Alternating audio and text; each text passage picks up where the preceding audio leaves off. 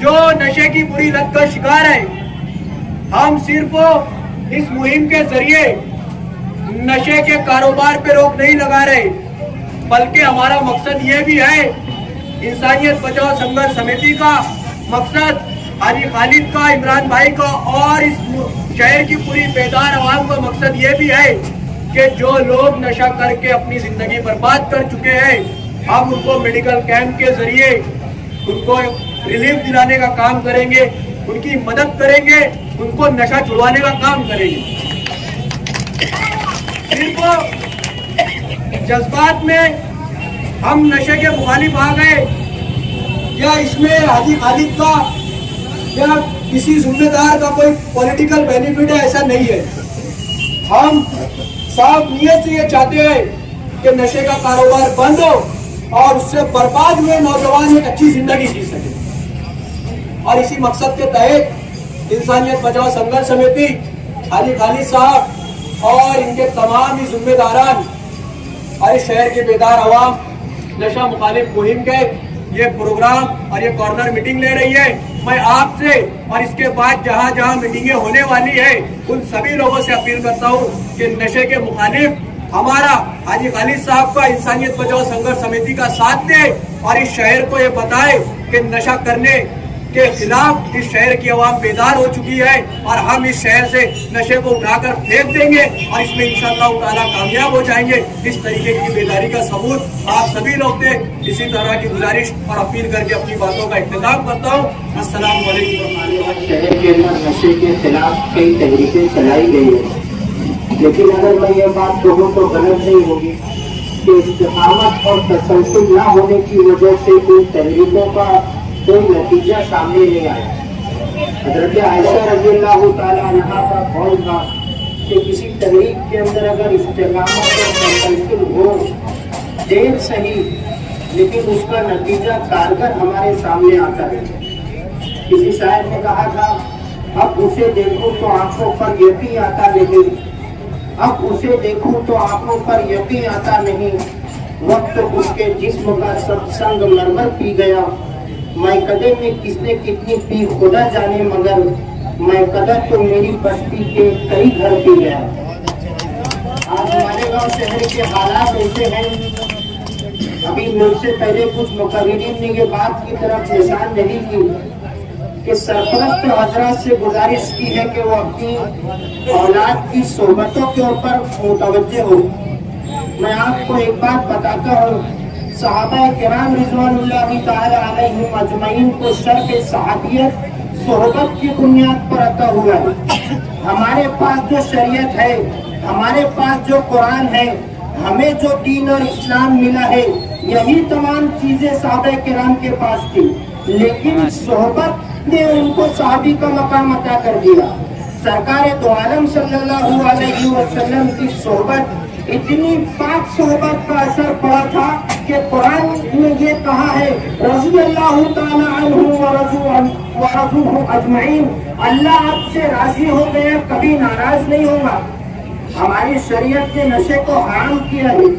وقال النبی صلی اللہ علیہ وسلم کل مسکر حرام او کما قال علیہ الصلوۃ والسلام، اللہ کے نبی نے ارشاد فرمایا ہر نشہ اور چیز مذہب اسلام میں حرام ہے۔ بہت معذرت کے ساتھ میں یہ بات کہہ رہا ہوں، ہمارے معاشرے کا یہ المیہ ہے کہ کوئی رئیس آدمی، کوئی پیسے والے آدمی اگر وہ نشہ کرتا ہے اور اس کے ساتھ اگر ہم ہمارے بیٹے کو دیکھیں گے تو ہم گرو سے یہ بات کہتے ہیں اپنے دوستوں کے اندر بیٹھ کر کے کہ میرا بیٹا فلاں سیٹ کے بیٹے کے ساتھ رہتا ہے۔ محسن نقوی پاکستان کا ایک شاعر تھا، اس نے کہا تھا جس کے آنگن میں امیری کے شجر لگتے ہیں اس کے ہر عیب زمانے کو ہنر لگتے ہیں۔ اور اگر کوئی غریب آدمی نشہ کرتا ہے، ہم اگر اس کے ساتھ ہماری اولاد کو دیکھیں گے تو گھر آنے کے بعد ہم ہماری اولاد سے کہتے ہیں کہ آپ دوبارہ اس کے ساتھ مت دکھنا، وہ نشہ کرتا ہے۔ محسن نقوی نے کہا تھا جس کے آنگن میں غریبی کا شجر ہو محسن، اس کی ہر بات زمانے کو بری لگتی ہے۔ آج پیشگی معذرت کے ساتھ میں یہ بات کہہ رہا ہوں، ہم ایک ایسے معاشرے کے اندر سانس لیتے ہیں کہ اگر کوئی آدمی یہ بری عادت سے ہٹ کر کے اپنی ماضی کی زندگی کے اندر اچھی زندگی اگر وہ گزارنا چاہے تو لوگ اس کو وہاں پر بھی تانا کشی کرتے ہیں. ظاہر بات ہے عیب سے پاک اللہ کی ذات ہے. اگر بے عیب چاہو تو فرشتوں سے نباہ کر لو. میں آدم ذات ہوں محسن، مجھے انسان ہی رہنے دو. غلطیاں انسان سے ہی ہوتی ہے. حضرت آدم علیہ السلام کی غلطی کی وجہ سے یہ دنیا وجود میں آئی ہے. قرآن نے منع کیا تھا وَلَا تَقْرَبَا هَذِهِ الشَّجَرَةَ فَتَكُونَ مِنَ الظَّالِمِينَ.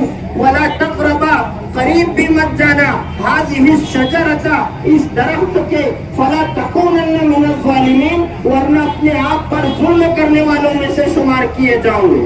آدم علیہ السلام اس درخت کے قریب جانے کی تو بہت دور کی بات، اتنے قریب چلے گئے اس درخت کا پھل کھا لیا. اللہ نے آسمانی دنیا سے اٹھا کر کے زمین کے اوپر بھیج دیا. منیر نیازی نے کہا تھا غم کی بارش نے بھی تیرے نقش کو دھویا نہیں، میں نے تجھ کو کھو دیا تو نے مجھے کھویا نہیں. نیند کا ہلکا گلابی سا خمار آنکھوں میں تھا، یوں لگا جیسے وہ شب کو دیر تک سویا نہیں. جرم آدم نے کیا تھا نسل آدم کو سزا، کاٹتا ہوں زندگی بھر میں نے جو گویا نہیں. غلطیاں انسان سے ہوتی ہیں.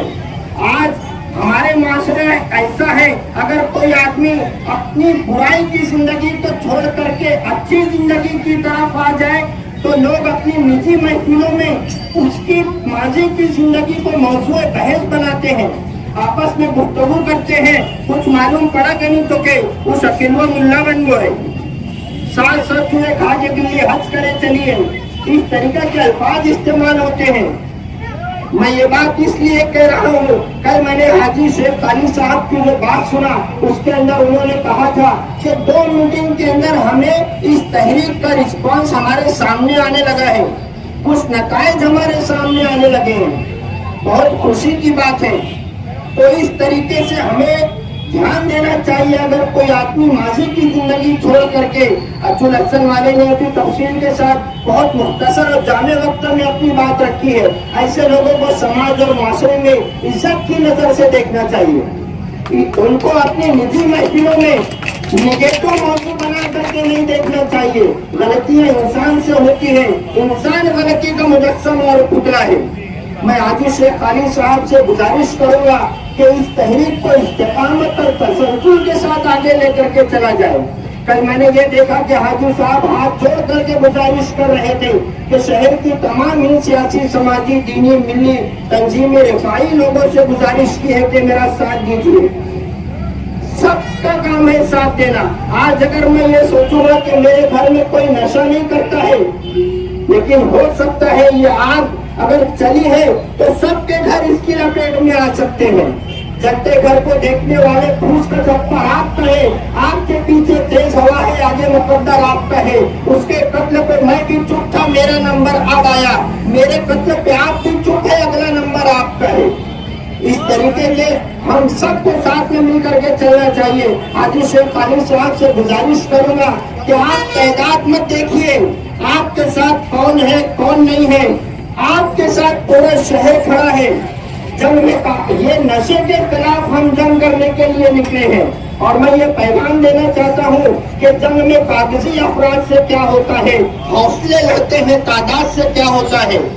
ہم یہ مشن لے کر کے آگے بھی چلیں گے. اللہ رب العالمین کی ذات سے امید ہے اللہ ہمیں کامیابی عطا کرے گا. شہر کا تعاون ہے، شہر کے تمام ہی لوگوں کا ہمیں تعاون حاصل ہوگا. اللہ رب العالمین ہمیں اس کام کے اندر کامیابی عطا کرے گا.